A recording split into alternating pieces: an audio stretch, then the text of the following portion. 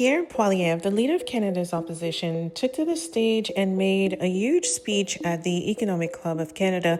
Now, to put this into context, it's a club that has around 5,000 attendees, and it's all geared around economic innovation. And at first, I really wondered why Pierre Poilievre was making such a grand statement. And it turns out it was just to a small group of people who paid a ticket to attend this speech. Anyway, we will go into the details of the speech and break it down for you. Here we go. Pierre Poilievre's speech sounded bold. It sounded strategic. But once you move past the applause lines, how strong was it really? Let's unpack it. The central argument was simple. Canada cannot control other countries, especially the United States.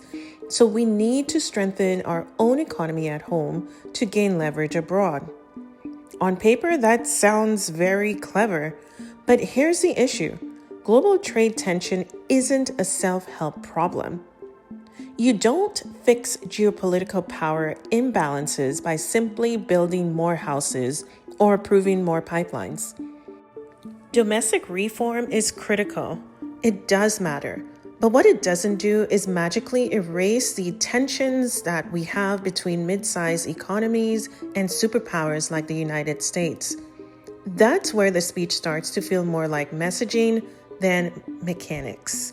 It feels more like a speech than actual plausible actions that we can use to strengthen our trade status on a global scale, and more so with the United States.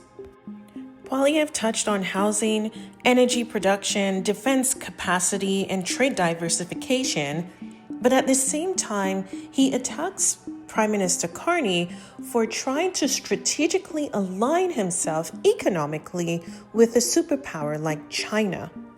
Poilievre called for free trade between provinces, but he didn't outline the negotiation pathway to get there. He proposed an all-party working group on the Canada-US-Mexico agreement, but that's process. That's not leverage. What concessions would Canada offer? What retaliation tools are realistically available? What fiscal trade-offs come with accelerated economic reform? Those details were absent, and in economic policy, details are everything. There is a calculated political narrative embedded in his speech. By framing Canada's external trade challenges as partly the result of domestic weakness, the speech subtly shifts responsibility onto Canada and Canadians. That might be a strategy which is smart, but it risks implying that Canada's challenges are largely self-inflicted, when in reality, even strong economies face unpredictable protectionism from larger parties. It simplifies the power imbalance into a performance issue. This basically says that Canada is the reason why President Donald Trump is inflicting insane amounts of tariffs on the country. Poilievre does have some very valid points here. We do have some terrible interprovincial trade agreements that we need to work on, definitely. But we also need to diversify with other countries, which leads me to his point on China. Diversification doesn't mean that we have to choose sides. It doesn't mean that we need to solely rely on China as our trading partners. And as we see, Prime Minister Mark Carney has met with the Indian government in order to secure trade deals. Diversifying means spreading the risk.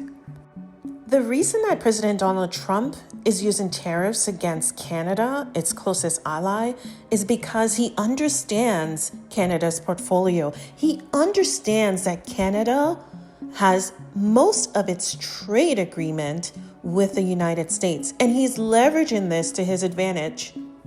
So while Prime Minister Mark Carney is meeting in Beijing or he's meeting in India, what we see is a Prime Minister actively securing trade deals with other countries in order for us to spread the risk.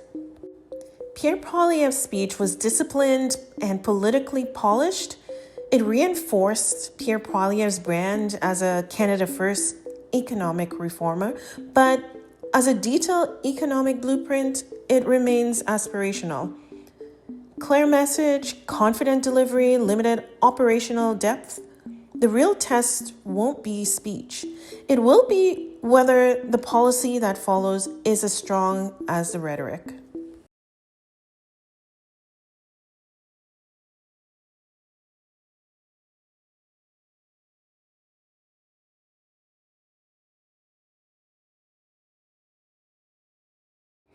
What Canadians need from the leader of the opposition isn't a polished speech, isn't a lesson on history, and isn't a lecture on who we should trade with and who we shouldn't. But what we should be hearing is how we can do better, how we can diversify, and how can we decrease the cost of living for Canadians.